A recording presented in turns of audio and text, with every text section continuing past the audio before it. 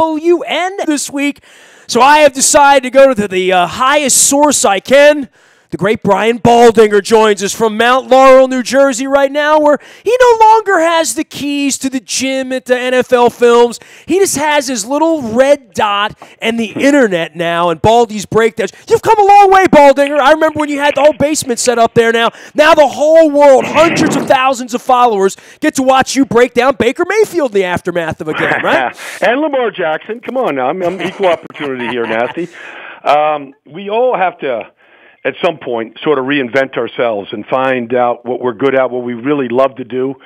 And I'm sitting in a film room at NFL Films right now, Nasty. I've been here all day today and knocking out some videos for the NFL and putting some stuff out there in the world of the internet and getting ready for these games. And I'm having a great time doing it. And so I just thought, I thought that the fans of this game, Nasty, and you're the biggest fan I know, but I thought fans need better analysis. They need more truth about what's really going on, and I'm trying to provide some of that for them.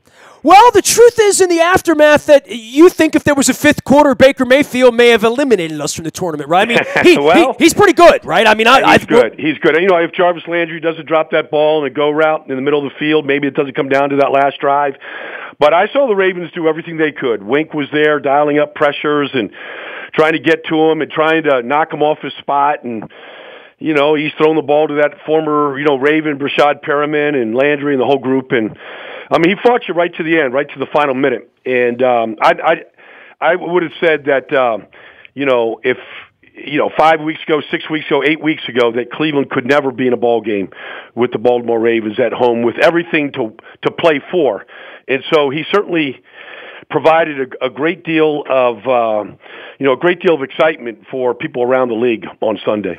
All right, man, you and I have been at this a long time. We've seen a lot of things, and I know you've broken down hundreds, thousands of hours of film. Where are you with the Lamar Jackson experiment at this point? Because I think if I can always look through my text and find out the last time I had you on, and that's never, really, a big part of what I do or where we are, but this team has changed. The last time I had you on, you did my show. Yep, you just got beat by Pittsburgh at home. October the 30th was the last time you did my show, and at that point, we didn't know what Lamar Jackson was, literally, right? No. Where are you now? We're in the 2019, a 4-5 football team. The last time you and I spoke is now hosting a play, not just in the tournament, hosting a game. It's crazy, Baldy. Well, he saved the season. He saved the season. I mean, I remember John Harbaugh, when you guys got beat by Pittsburgh on November 4th, and he said, well, we just lost 3 in a row. Now it's time to go win 3 in a row.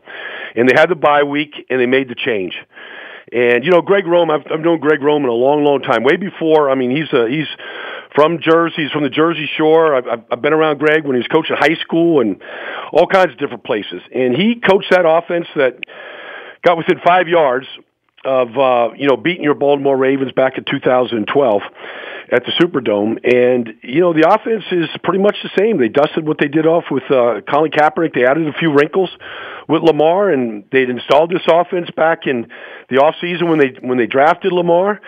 And, they went on they made the switch, and they won 3 in a row. They beat Cincinnati, Oakland, Atlanta. And then I saw the Ravens in Kansas City, Nasty, in December, and they got back in the race, and they won 3 in a row. And, the defense played great that day against Patrick Mahomes, and they got the ball out of Lamar's hands late in the game, and they ended up winning in overtime. But, look, he saved the season. Now, the discussion, a lot of people want to have is it sustainable? Well, it doesn't really matter.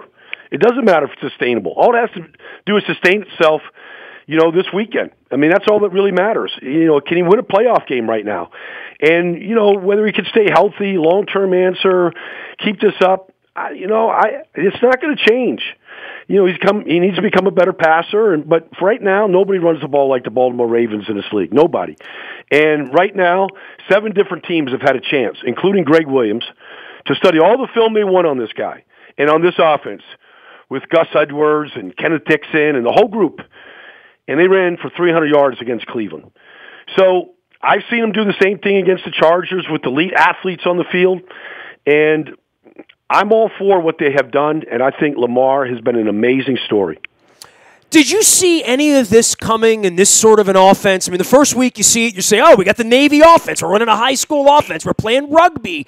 Why is this so difficult for these defensive coordinators? And I guess the speed does kill, and you don't get looks at it. But if there's a benefit to it, the Chargers had their preseason game 2 weeks ago against this, right? Like, they got the run up against it. They did better against it in the second half. I don't know what the Ravens can change this week offensively, and certainly defensively. Weddle wearing the helmet and chasing Phillip Rivers around. Clearly, he won the first battle, but this is the second battle, and 2 weeks later, I think this is a coach's game here this week, right? Like, this is going to be a chess match from a coaching standpoint because everybody's trying to outguess what they did the first time, not knowing that there would be a second time. Well, I don't think the Ravens are going to change. I mean, they're going to play their style right now, and this offense has been around for a long time. It's part Wildcat, it's part Kaepernick, it's part Lamar. I mean, different people have taken different phases of it, but not everybody has Gus Edwards, and not everybody has Ken Dixon back there, just real thumpers and bruisers. And there's really no way you can practice it. Nobody is the athlete that Lamar Jackson is. So you can't get any kind of a look in practice. If you go back and watch the Chargers game, I know you've watched it, but, I mean, they came out in the defense on that Saturday night, and they played a 3-4, and they had elite players on the field. They put Derwin James and Melvin Ingram at outside linebacker with Joey Bosa in there and the whole group. And they ran right through the middle of them. And they basically nullified Ingram and Derwin James. Now, I don't think they're going to come out in the same style of defense again this week. But it's really, why can't they stop it? Because it always comes down to numbers. And they're getting more numbers to the point of attack than you have players. That's what the academies do in their own way. And then, the wrinkle is that Lamar has been just good enough at throwing the ball. He doesn't have to be, an elite thrower right now, but he's good enough. And he's completing over 60% of his passes, and he's taking care of the football to a great degree. He's been good enough to balance the most lethal rushing attack in the NFL right now. Brian Baldinger is our guest. You can follow all of Baldy's breakdowns under the hashtag Baldy's Breakdowns, as well as the Travel Dog out on Twitter, and, of course, at NFL Network. You going to a game this week, or are you studio-bound this week? Well, I've got a bunch of things to do right after the game here in the studio, Nasty, so I'll be right here. I'd love to either be in Baltimore or be in Philadelphia or Chicago this weekend for one of those two games. But it's all right. I'll be right here watching these things almost as soon as they finish. Baldy, I'm working a playoff beard here. I think you can see the silver coming in here now that I hit 50. I hit Lamar about this on Wednesday, and I'm wondering, how long will my beard grow? And, I'll be seeing you one way or another in about 3.5 weeks in Atlanta. This is an open tournament, right? And we're all trying to assess where the Ravens are and how this would have to go. Is there any part of this that's shocking to you, knowing what this defense was about in August and September and how this changed? Because I've been reading Astro Ball, and I brought this up with everybody I know who's smart, Baldy. The last 2 months, since the last time you and I got together Halloween, I have never seen a team in 2nd and 2 and 3 and 4 more than this team has been in 2nd, 2 and 3 and 4. And it's all that first down. It's all the run. It's we're going to get 6. We're going to get 8. We're going to gash you. And what you can do in second and short really opens up the whole world for them. And they always sort of know they can get 2 or 3 yards. They're almost a 4-down offense from any point at the 35 or 40-yard line on at this point, I would think, right? Well, they're one of the best teams in the league right now, converting third downs when they get to third down, right now. I mean, I think they're sixth in the league right now at 45%, which is a good percentage. But that number is because it's 3rd and 2 or 3rd and 3, not 3rd and 14, right? No question. But, at the same time, the ball control that they've had, there have been games, and you've seen it all, Nasty, but you've seen games this year where they've had a 2-to-1 time advantage, over the opposition. And so the defense is out there for a limited number of plays. They were against the Chargers. They limit the number of possessions right now. They put the pressure on you. Defensively, they've just gotten so much better. I mean, to watch Marlon Humphrey play right now in his second year, Tavon Young back healthy, they can lock you up, and then, Wink is as good as there is at pressuring you right now. And so they do a lot of different things defensively, but it's a good formula what they have. They got the league's best kicker. They've always had great special teams with Harbaugh. They've got a ball-controlled offense, and the defense is the league's best. So it's a formula that can carry you all the way through this postseason. Well, I mean, you ran around back in the day with the Randall Cunningham era when they were trying to have running quarterbacks, Steve Grogan, maybe before that Steve Young as well. When they come and tap you on the shoulder, Baldy, and they say, all right, you're Marshall Yonder or you're, Ronnie Stanley. Hey, we know we were going to do this with Joe, but it's week 9. We're 4-5. We're just going to run. You as an offensive lineman, you probably like that. I don't know in the fourth quarter how that works, especially when the other side's subbing a whole lot more than your side of the ball is subbing. It's interesting from an offensive line perspective that this thing has been so adaptable for these guys over the last 8 weeks to the point where we don't even ask who's out there, whether it's Bozeman out there or whether it's Zeus out there. Alex Lewis has not been out there. There's been some question as to who's going to play guard on any given play, and it sort of kind of doesn't matter. It's just, it's worked, and the offensive linemen seem to really dig this to some degree. And the tight ends. I mean, Nick Boyle's a huge part of this and everything they do with the tight ends. So, I mean, yeah, they love it. I mean, nothing... if you're down there in the trenches and you're in the pits on a Saturday or Sunday right now, and you're running the ball down their throats the way they did to Cleveland on Sunday, the way they have to so many teams right now, I mean, it breaks their sword. I mean, you'll never see more infighting and arguments and finger pointing than when you run the ball right at somebody. And, the other side to it is, I mean, I watch Eric Weddle and T. Sizzle and the group on the sideline when Lamar's running the ball. They're running on the field and picking them up, and patting them on the butt and telling them to go back and do it again. I mean, they love it right now. The defense is fresh. They're doing their job in so many different good ways right now. They look like they're having a great time playing, and I think they're game planning every single week. And like I said, it's a good formula. And the offensive line, to your point, they love nothing more than to just rolling off their toes. It looks like Oklahoma back in the Barry Switzer days right now. Baldy, the counterintuitive part of this is if we're playing basketball and you're playing LeBron, you're trying to get him in foul trouble, get him off the floor, right? If you're playing the San Diego, L.A. Carson Charge, I keep calling him San Diego because it just feels right to me, and you're playing Phillip Rivers, he's their $30 million player. The less he touches the ball, the less he can beat you. Your thoughts about Rivers at this point and Antonio Gates and what the Chargers represent in being, for the balance of the season, the better football team. They weren't the better football team 2 weeks ago in Carson. Playing at 10 o'clock in the morning, in the cold, all those things we'd always hear about a San Diego Chargers franchise. Some thoughts about Phillip Rivers, because we haven't talked about him at all. If the Ravens are out of this tournament on Sunday night, it's going to be Phillip Rivers' fault. Well, I mean, look, he's had a great season. He's got a quarterback rating of 105, but on that Saturday night against the Ravens, he had the lowest quarterback rating of the year. He had a quarterback rating of 51.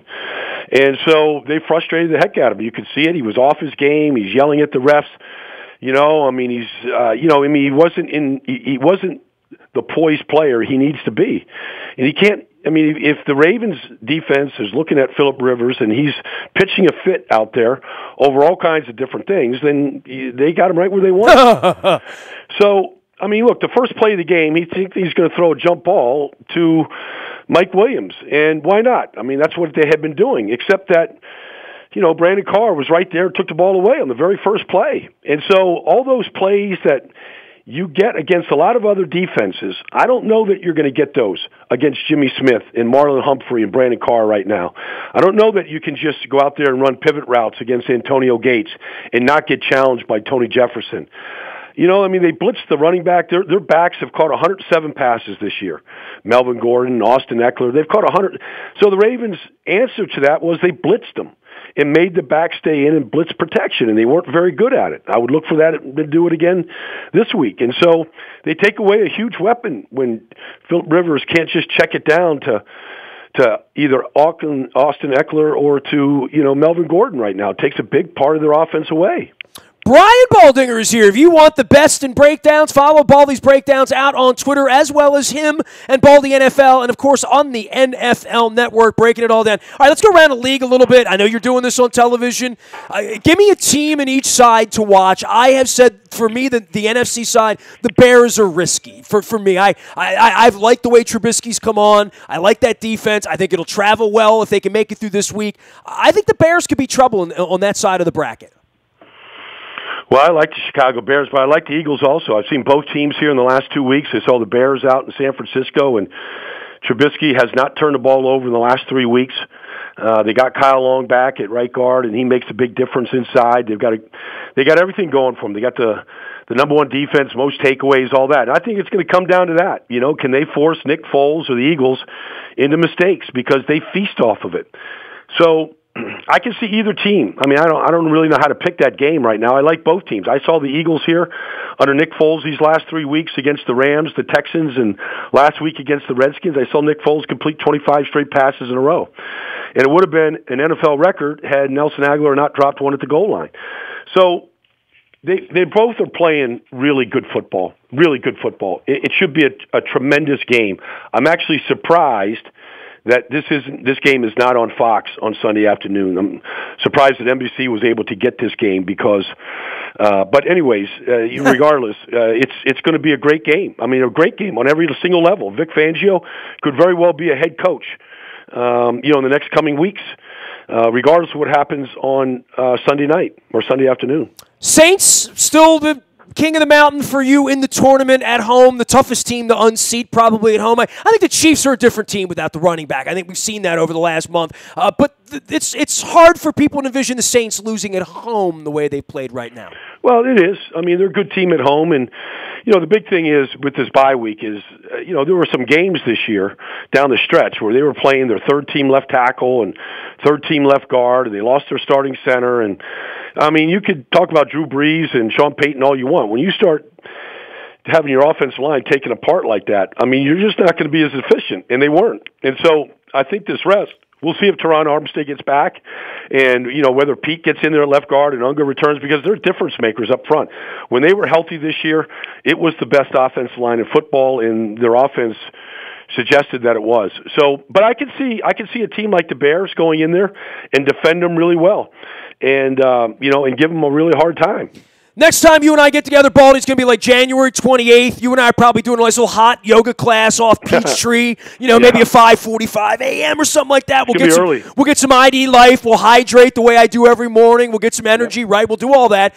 And at that point, just tell me Tom Brady's not going to be there on a work mission that week. Just tell me that it's something other than that's going to happen, because I think that's the popular thing to say. Well, Patriots are a 2 seed. They might have to go on the road. They're not the same Patriots. And I'm sort of gassing up the buses that if the Colts were to do Houston dirty on Saturday and we were to win on Sunday, we'll be in Foxborough next week. They still stand out as you got to go do it. You got to go to New England and beat them, right? Well, nobody's beat them at home this year. Nobody. They're 8-0 at home. They're the only team in the league that's been undefeated at home. They're going to get a week of rest. It looks like a team that needs it. They're not a great team. They don't have a lot of speed. They don't have a lot of playmakers on offense right now. Gronk doesn't looks like a shell of his former self. But yet, they're 8-0 at home. And so whoever goes in there next week, they're going to have their hands full. They're going to get the very best, game planning-wise, Brady-wise. They're going to get the very best that they have, and that's always a challenge. Travel, love, rock and roll, tequila. It'll have to wait to the next time. You got work to do. I will see you soon, if not in Atlanta. Baldy, love you, man. Keep the breakdowns coming. You bet, Nasty. Say nice things about Lamar Jackson, will it, please? Please? I haven't stopped talking about him, Nasty. Stones are torn in the spring. I'll see you then, all right? Okay, buddy. There he goes. Brian Baldinger, the travel dog, Baldy, NFL. The way to find him out on Twitter. All of our WNST coverage brought to you by our friends at Buffalo Wild Wings in Bel Air. They're up at the festival with a $5 game day menu. Make sure you're stopping by there if you're up in the Bel Air area, considering a place to watch the games on Saturday afternoon, Saturday evening, Sunday, whatever it is. Buffalo Wild Wings in Bel Air, our partners. Big shout out to Joe and the crew up there. Also, Lifebridge Health Sports Medicine Institute. I had Dr. Kevin Crutchfield on talking all things concussions. By the way, you can hear that out in the buyatoyota.com audio vault. Fantastic conversation with the Crutch this week. Lifebridge Health Sports Medicine Institute. They are the new game plan for sports-related injuries right at Foundry Row in Owings Mills. I stopped by on Wednesday and visited with the crew out there. We'll have Dr. Craig Bennett on next week. I actually have an appointment with Dr. Bennett about my left elbow. I'm having a little elbow issue, and I'm not even left-handed. It's like it can't be tennis. It's not like because I threw a curveball because I'm not left-handed. Anyway, I'll get to the bottom of it. I'll report back to you. Lifebridge Health Sports Medicine Institute, our new partner. Seen Cal Ripken out on those billboards. Make sure you make them your partner if you're a weekend warrior. You're like my wife trying to run a half marathon this year. Also, the Modell Lyric. Check out the website. Get all the rock and roll, the comedy, the great shows, including Dancing with the Stars next week, coming into the Modell Lyric. Also, John Mellencamp, Joe Bonamassa, Jim Gaffigan, comedy, George Lopez, Britt Floyd, all coming up. Learn more at modell-lyric.com. There's always magic at the Modell Lyric. Don't forget about our friends at King Discount Liquors. Get out there, give the King a ring. I did not make it out before the holidays. I took a little illness after holidays before New Year's. So, I know candy is dandy and liquor is quicker, but I did not make it out to King Discount Liquors last week. So I am fresh out of lager, I am almost out of stout, and I am fresh out of Malbec. I got to get out to Rosedale and give the King a ring. Go see Johnny Bev. Make sure you're doing that on Pulaski Highway and King Discount Liquors. I am Nestor. We are WNST.net, AM 1570 and WNST, Towson, Baltimore, and we never stop talking Baltimore sports.